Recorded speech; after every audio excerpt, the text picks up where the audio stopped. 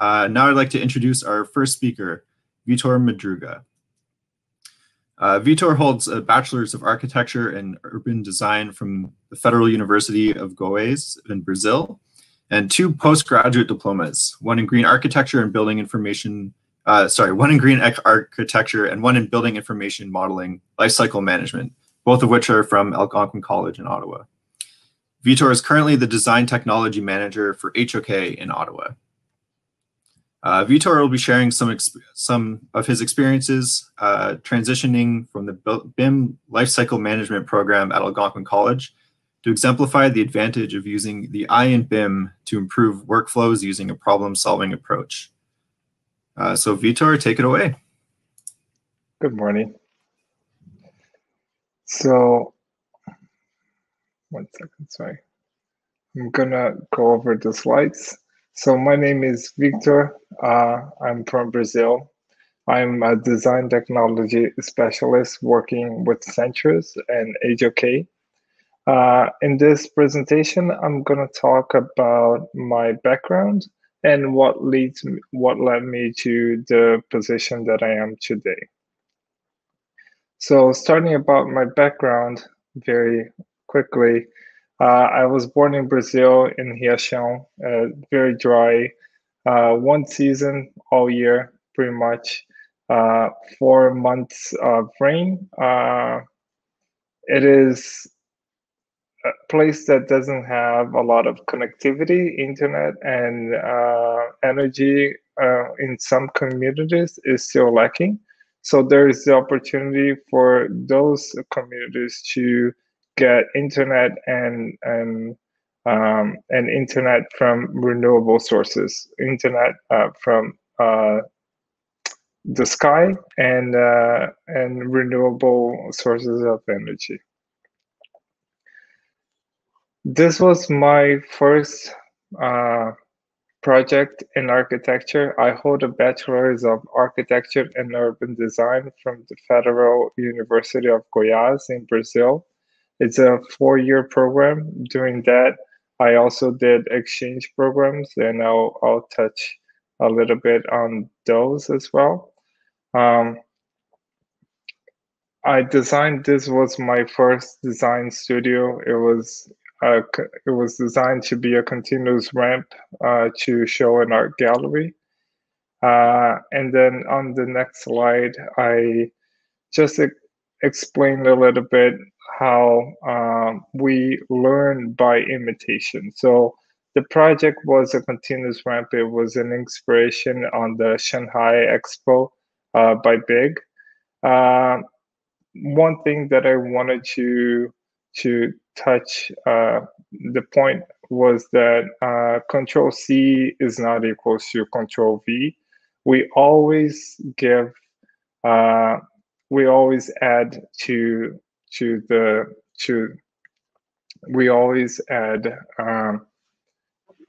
project. We always bring an idea and then we somehow change it and make it our own. And sometimes we need a Control Z to go back a little bit and rethink our design. I did a Science Without Borders exchange program at Kent State University, and it was a part of an exchange program with the Science Without Borders in Brazil. I was there as a senior architecture student, so we did the design studios with the regular class that was graduating that year. What I've learned is, first of all, there are more complex ways to analyze the building. So in Brazil, construction usually does not have to account for snow loads or earthquakes or hurricanes. So it was different, and getting that information from the model is crucial to for the efficiency of the project. In this project, I was thinking about unconventional ways to generate energy. And we did that through the transparent solar cells, which are a new technology that will be available, that is available. But just recently, they achieved the color neutrality, which means that the film that you're seeing on the screen was brown because at the time it was the color that got the most energy efficiency. But nowadays they're getting similar results with color neutrality materials. This was also based on the LandR generator, which is a resource for projects that generate energy in a different way, because sustainable energy doesn't have to be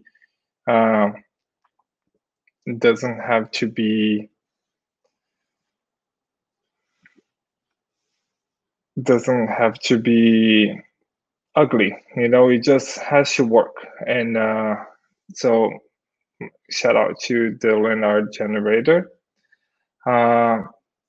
And then I did a summer program at UC Berkeley as well. There I learned that we can learn through experience. So this is one of the pictures from one of my favorite buildings. It's the California Academy of Sciences in San Francisco. And it has a green roof, but it made me understand the importance of energy analysis for a net positive world. We are, the 2030 challenge, which is the Architecture 2030 challenge, is aiming to reduce by 100% the carbon footprint from the industry by 2030. And that wouldn't be possible without the use of technology for workflows.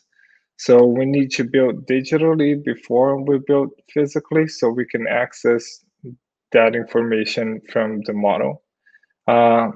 Analysis behaviors in different scenarios. We can calculate the solar gain, light analysis, thermal analysis. The other thing is, during my program, I got the question from one of the instructors saying that I used too many software. And then I try to explain that it's not that I'm using a lot of software, it's that I use different softwares for different goals. And I'll touch base on that next. So I finally came to Canada for the Green Architecture program at Algonquin College. And then there I learned about the building performance of the buildings and how it's fundamental to designs. Early energy analysis with IESB and Sapphire. The instructors were from the industry, and we had access to different tools that would get us different information. So what is very important in BIM is the information that is embedded into the model. So new tools should get different eyes for BIM. And then later on, I did a BIM Lifecycle Program at Algonquin College, Ottawa. And that program helped me understand BIM in relation to all phases of the project. It was a multidisciplinary approach. The stakeholders are thought of throughout the entire life cycle of the project.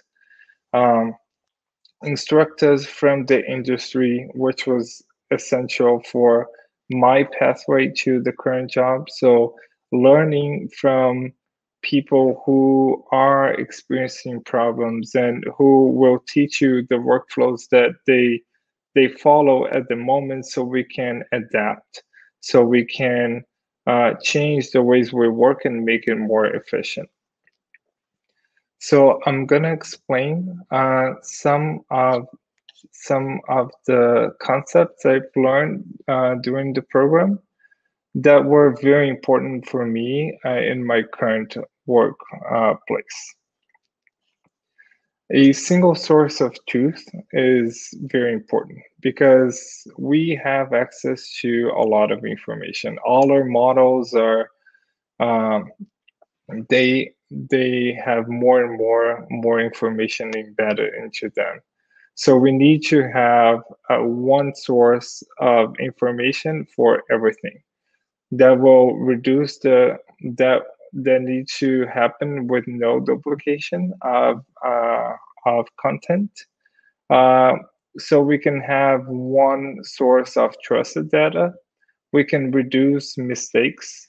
We can access the data more easily, and by accessing the data, I mean we can access it and analyze it. And it's also very important for the project's health.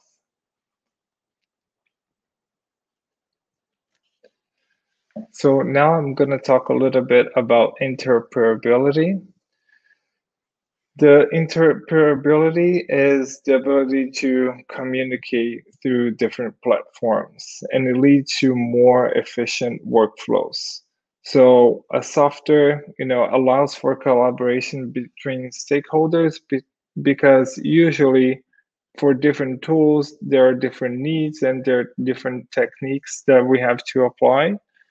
So in order to have the perfect collaboration, you need interoperability between the platforms. So the engineer can talk, if they're not using the same software, they can talk to the architects, they can talk to the contractors, they can talk to the client as well. So information loss in the life cycle of a project, that was another concept that conventional workflows from one stage into another one, they usually lose a lot of information. So the information, as I said before, we are dealing with a vast amount of information, and making sense of it, it's hard when the data is unstructured. So with conventional workflows that you deliver, a paper and you have your deliverables passed on to the next stakeholder, that will, you lose information in the process. So going to a digital workflow, we're trying to keep the flow of information continuous, even though that's not always the case. It's what we strive for. And interoperability is a key aspect of it, because when you transfer information from one authoring software to another one, you lose information if both software are not do not work side by side, are not interoperable. And then later on, I joined the Center Block Rehabilitation Project with Centrus at HOK, the HO Block Rehabilitation Project I'm working for HOK at Centrus in Ottawa, Canada. It's a large-scale project. They use cutting-edge technology. There's collaboration between stakeholders. It's an IPO style, and it's an amazing team. So I'm going to talk a little bit about my transition and the things that I've been learning and that I want to continue learning to guarantee that the AEC industry also evolves. Yeah. So the first thing that I wanted to talk to you about was the automation with Dynamo. So in the project, we have a lot of information. We have laser scans, we have models that contain all the modeled elements. So using Dynamo is a visual programming tool that allows you to manage Revit models at a different scale than a regular user. you have full access to the Revit API.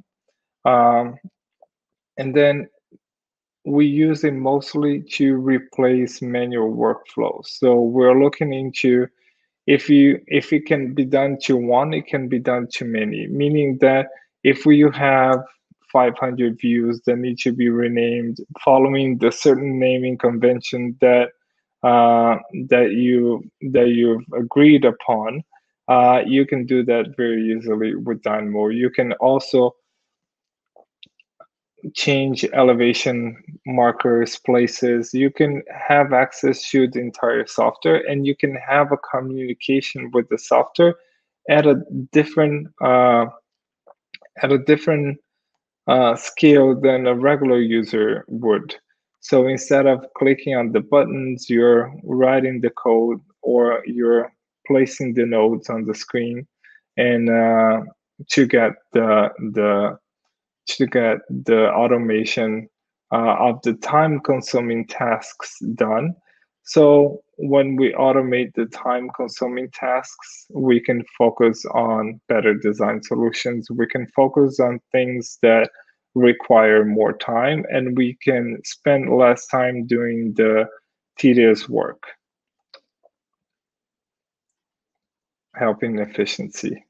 Automation with Grasshopper. We also use Grasshopper and Rhino inside to achieve interoperability between Rhino and Revit. So bringing geometry from one software into another one in the proper location with the geolocation and with its parameters assigned is very important. So we're doing that through the use of Rhino inside and Grasshopper. So inside of Revit, you can access Rhino, you can access Grasshopper, and in Grasshopper, you have access to the Rhino and to the Revit APIs. So you can communicate with both softwares, both authoring softwares in one place.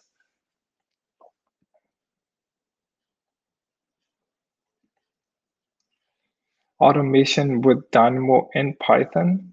So as I was explaining before, we use Dynamo in our workflows to streamline manual work. And then I did a LinkedIn learning course, Dynamo for Revit, Python scripting. And that was very, very useful, trying to begin understanding the language at first, and then applying that into our scripts. Python is usually a popular choice of coding language when you're first learning about it because it has a shallow curve. I spent personally more time trying to understand how Revit worked and understanding the intricacies in the software than the coding language itself. And we use that to overcome software limitations. So for example, in our project, we had tagged with user keynotes assets, and Revit, we didn't know that, but Revit only allows up to 4,000 assets keynotes to be read by Dynamo. So we were having issues with that, but once you have access to Python in Dynamo, then you can get all the information without even with more ease. So you can write it more efficiently. You can write your scripts more efficiently, and you can also capture information embedded into the model and annotation elements. So I put that on because an elevation marker in Revit has the location. And if you draw over the point clouds into an elevation, you have a 2D view based on the 3D element that was your annotation element. We are able to, with Python and Dynamo, go into the elevation to check the location, and based on the size of the data group, transfer that information from 2D into 3D.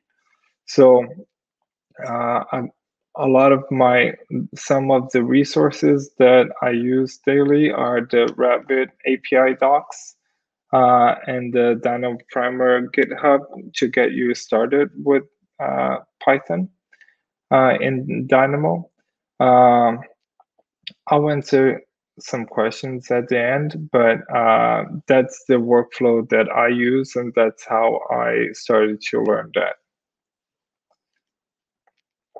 We also use point clouds. Point clouds are coming from laser scans, and they have precise information that can be used for measuring, visualizing, as found condition, quality control.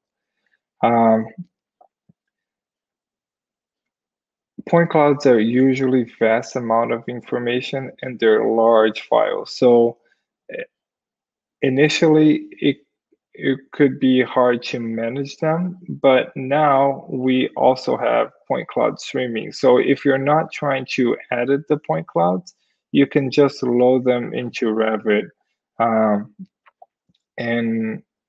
or any other platform for it to speak. Yeah. Point clouds to mesh. Using the point clouds and using the photos, we are able to achieve photogrammetry and to create meshes based on the point clouds and photos themselves. And that we can use with CNC machines. The point clouds usually come from terrestrial and now mobile laser scanners.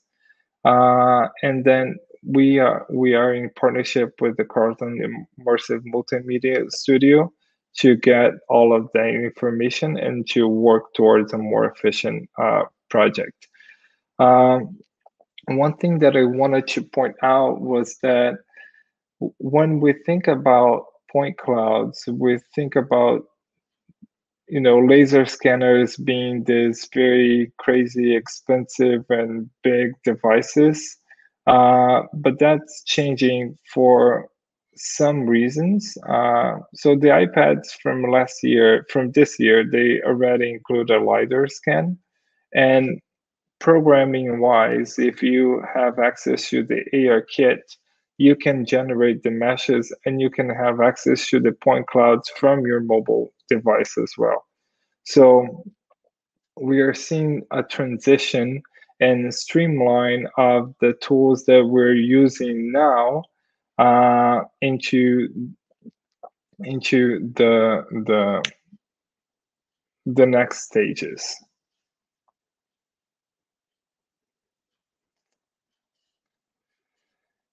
And we also use AR, VR, MR. So AR, augmented reality, virtual reality, or mixed reality. So right now we use game engines within the BIM team at Centrus to visualize data in AR and VR. And then I think that VR, AR, MR will become mainstream communication methods. One example that I have is the Oculus Quest from Facebook. So we are using those devices to access VR, but some other projects that they have inside the Facebook labs are for audio presence devices. So basically you have visual presence because you're in VR, but you also hear everything as it was in the place. So that's what I mean by MR. That technology is evolving super fast, and we are going to be seeing new workflows and tools and technologies in the coming years, and how other industries have an effect on how the AEC industry works as well, because sometimes a tool or a technology is not thought for the architects or for the engineers or for the contractors, but they work for them. So we are able to leverage those technologies into our workflows as well. So keeping an eye open for what's going on and what's happening is really important. So the next thing that I'm going to talk about is the AI and deep learning. So my latest project, I'm learning how to use neural networks and deep learning with Coursera. So all the courses are available online, just like any other training that you want.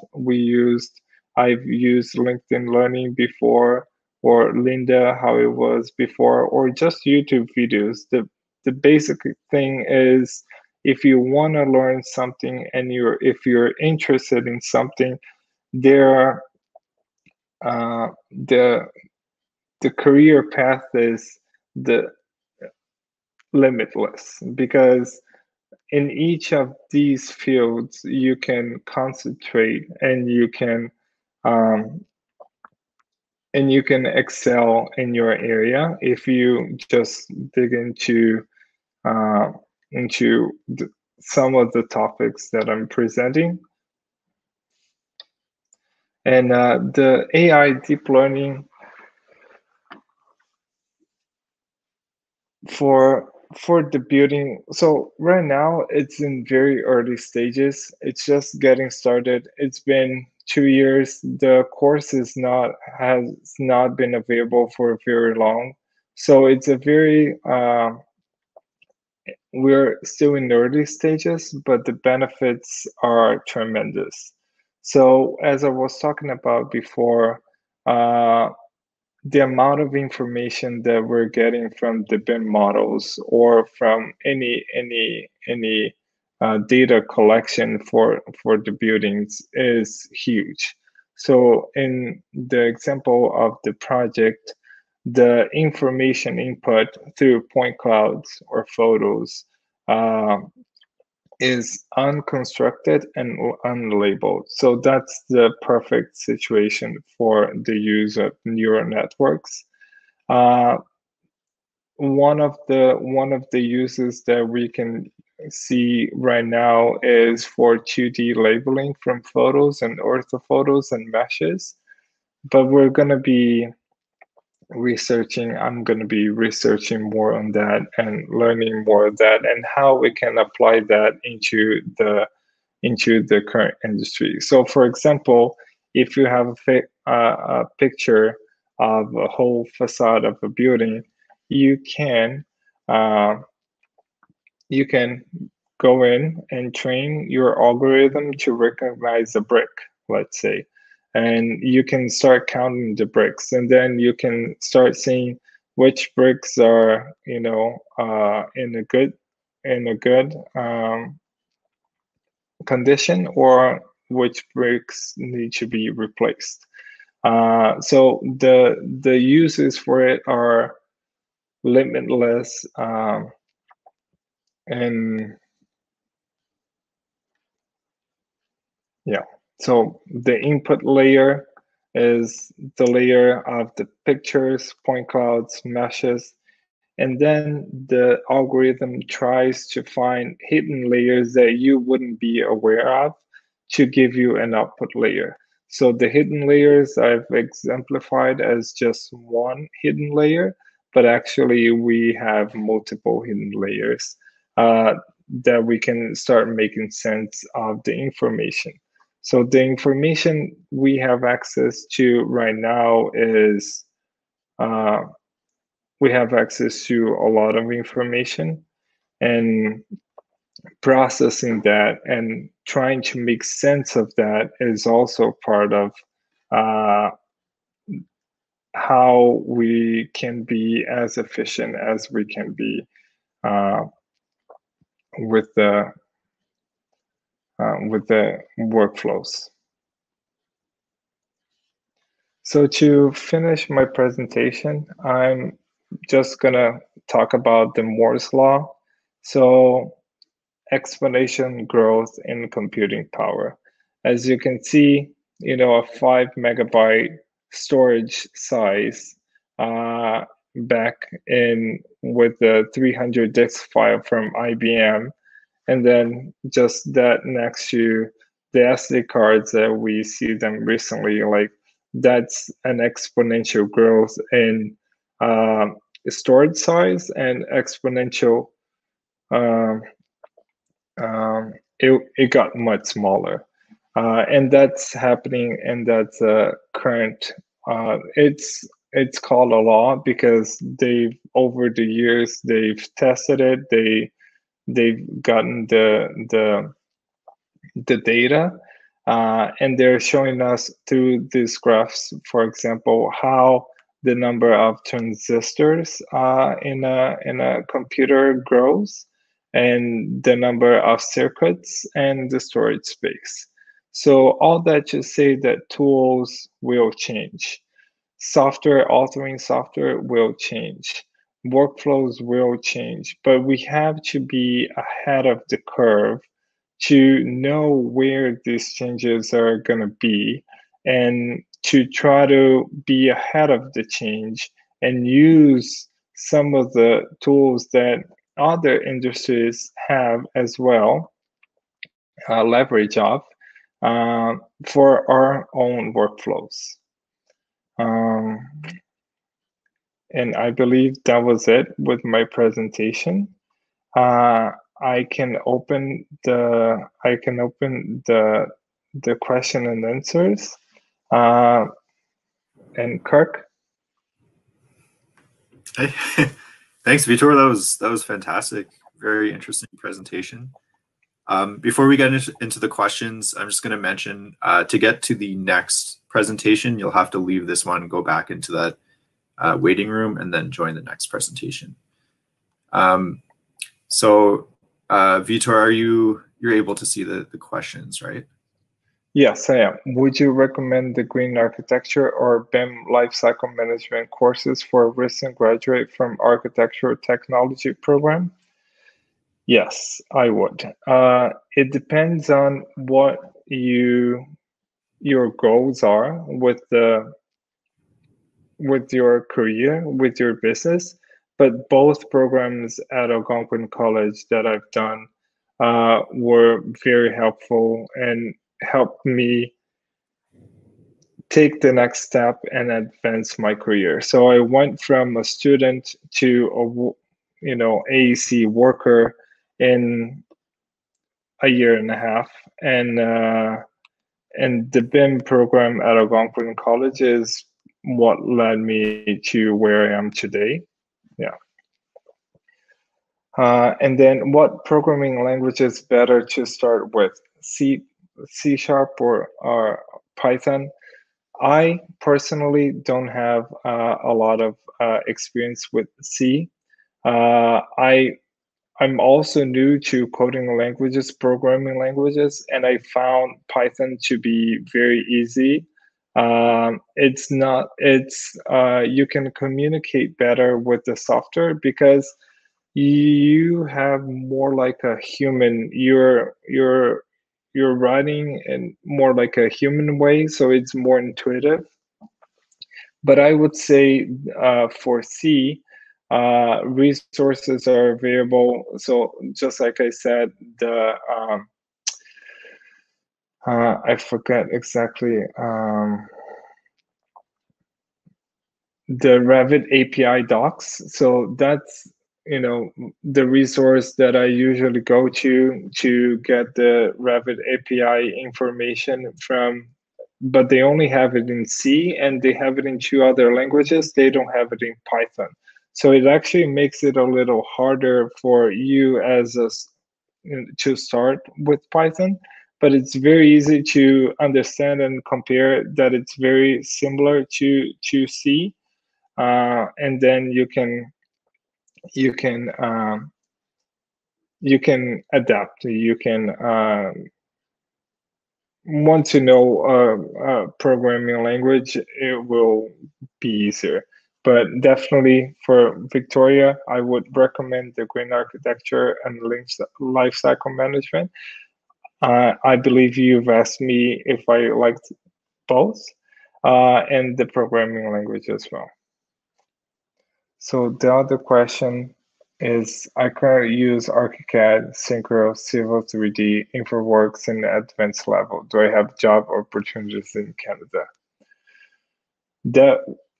Yes. The industry here is looking for professionals with knowledge and experience on the processes and workflows. So if you even know Revit, and you don't have to know it all to learn more. So to adapt yourself and to learn new workflows, even though maybe the office that you want to apply doesn't use ArchiCAD, but you can talk to them and explain how the workflow on ArchiCAD is different from the workflow that you would do in Revit. Any other questions? Thank you so much for coming. And do you recommend learning Dynamo or Grasshopper when it comes to visual programming? Okay, so Dynamo is really good for the information in Revit, and Grasshopper dealing with the information in Rhino. Grasshopper deals with geometry a little better than Dynamo does, but I would say both of them are very important for your career. Thank you. I believe the next webinar will begin shortly, so you can join the other room. Thank you.